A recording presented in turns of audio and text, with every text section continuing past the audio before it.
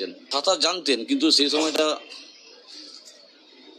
হয়তো নার্ভাস হয়ে সবকিছু হারিয়ে ফেলেছেন। জল ছিল, ভালো গভীরতা ছিল।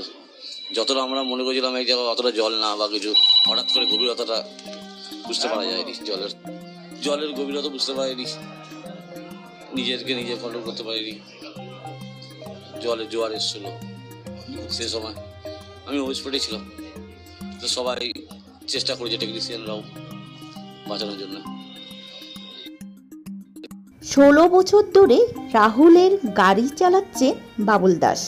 তার চোখের সামনেই তলিয়ে গিয়েছিলেন রাহুল তার ড্রাইভার যা বললেন তা শুনে হাত পা কাঁপা শুরু করছিল।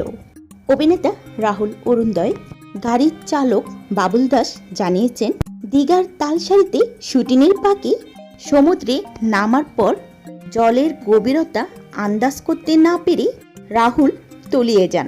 16 বছরের দীর্ঘ সঙ্গী বাবুলের মতে এই দুর্ঘটনাটি অপ্রত্যাশিত ছিল এবং চোখের সামনে প্রিয় স্যারের মৃত্যু মেনে নেওয়া কষ্টকর। অভিনেতা রাহুলের মৃত্যুর পর থেকে চলছে নানা চর্চা।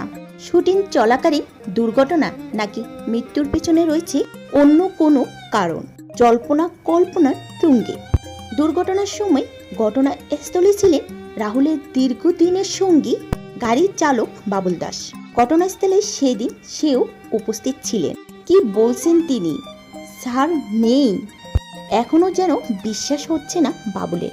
এক রাশ স্মৃতি রাহুলের সঙ্গে, কত শুটিংয়ের সাক্ষী তিনি। এমন ঘটনা যে করতে পারে এখনো তার বিশ্বাস হচ্ছে না।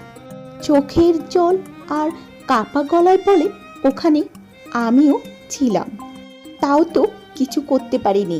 হয়তো স্যার জলের গভীরতা বুঝতে পারেনি, নিজেকে কন্ট্রোল করতে পারেনি।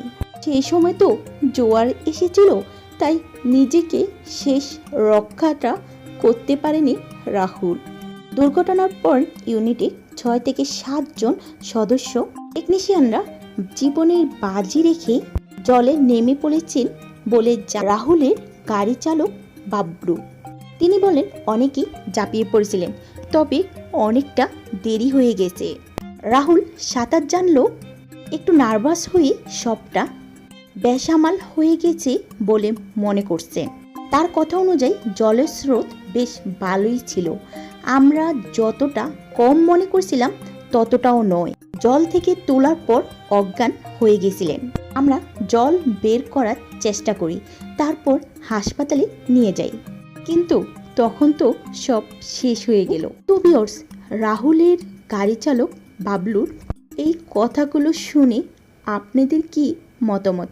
অবশ্যই ভিডিওটির নিচে কমেন্ট করে জানাতে ভুলবেন না।